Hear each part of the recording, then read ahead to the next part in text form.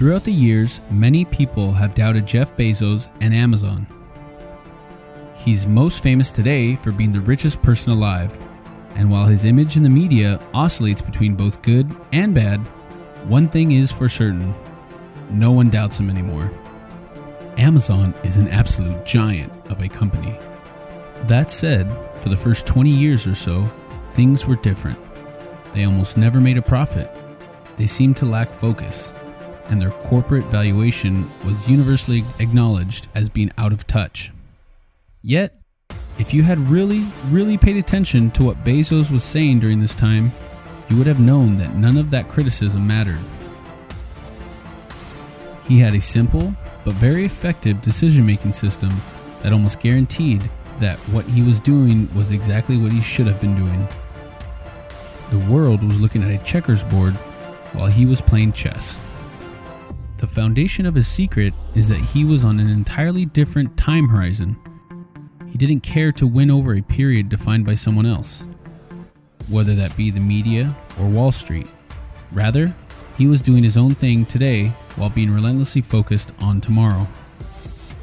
Observing this, if there's one skill that separates Bezos from other effective CEOs, and really most people in general, it's the ability to make optimal decisions in the face of a future he doesn't fully understand.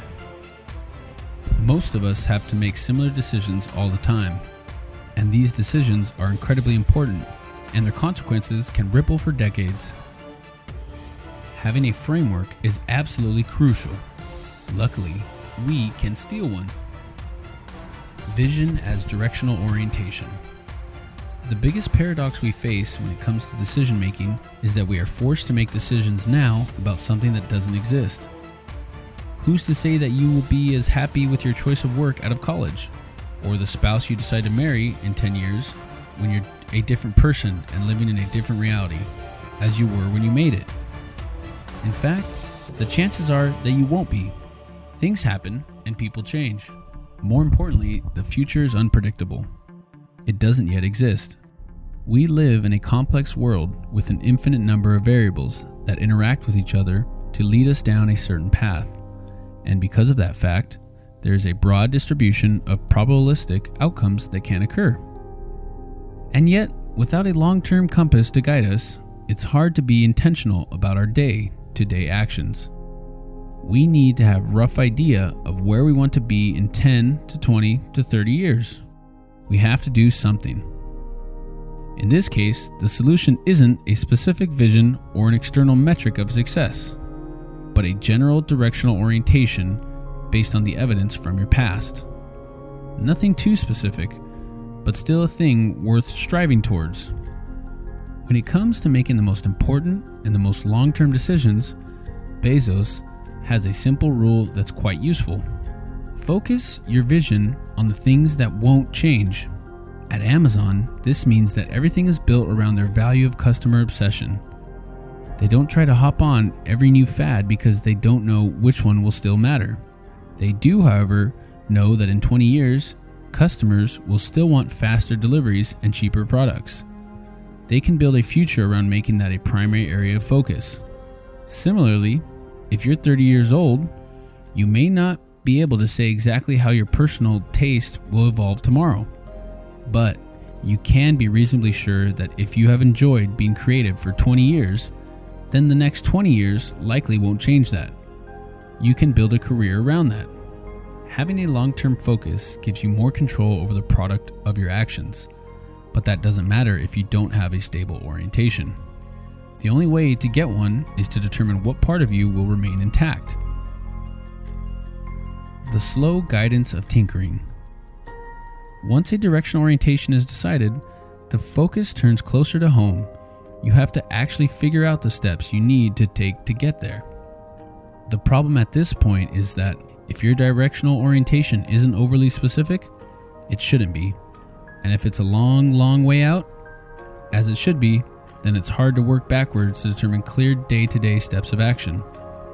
On top of that, it can be impossible to know where exactly to start. It's easy to decide that you want to be remembered as a great artist in 30 years, but how do you decide what kind or the details of how you're going to improve? The answer is surprisingly simple.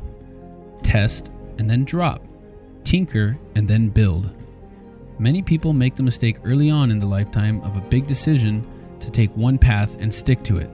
That's generally not optimal because, again, it's difficult to know what exactly you need or like until you have it. What you really want is to explore many different paths and then experiment with each of them. If something is working, keep doing more of it. If it leads to failure, use that failure as an information point to rule out options. This is how you harness both the benefit of strategy and serendipity at the same time. While Amazon's core value has always been customer obsession, they know that they can get there through various means. And although they began by selling books and then other retail items, they also made sure to experiment and explore in other avenues, like cloud computing, branded hardware, etc. Today, a significant portion of their revenue and much of their profitability actually comes from seemingly random bets like cloud computing. If they hadn't taken the route of tinkering over prematurely choosing one or two specific paths, they wouldn't have failures like the Amazon Fire Phone, but they also wouldn't have AWS, which brought in $20 billion in 2017, and Amazon Prime, which now has over 100 million paying customers. Because the future is unpredictable, in the short term, tinkering provides the optionality to explore the many different paths to see which one works as things play out in real time, rather than via unreliable predictions. The world is constantly changing. To keep up, we have to allow for flexibility. Here's what not to do. The intuitive approach many people have to planning their future is to pick a specific medium-term goal and then work backward in exact steps. They imagine themselves 5 years ahead and put the remaining pieces together. The problem, however, is that medium-term goals don't allow for versatility. They are often too defined, which is an issue when dealing with uncertainty, and they are too brief, which rushes the patience you need to tinker. While it might appear that having a directional orientation over 30 years is harder to justify than a 5-year goal, the truth is that a long horizon stops you from making short-sighted choices, and more importantly, it gives you more control over the unpredictability of randomness. This was exactly the reason people doubted Bezos and Amazon for all those years. They were too focused on results over a quarter, and in the process, they failed to see how well they were being set up for the decade. It's easy to have luck work against you in a short time frame, but it's almost impossible to not succeed if you're willing to put 30 years of work into it. We live in a dynamic and changing world, and the only way to make effective decisions in such a world is to avoid static frameworks. We have to allow a degree of fluidity and openness in how we make choices. The future may be unpredictable, but it doesn't mean that you can't shape it. Thank you for watching. Don't forget to subscribe and hit the bell notification to never miss any uploads from our channel. This information was shared by Zat Rana, who writes at designluck.com. You can join his newsletter with unique insights that will help you live a good life. It's well researched and easygoing. You can join in with the link provided in the description.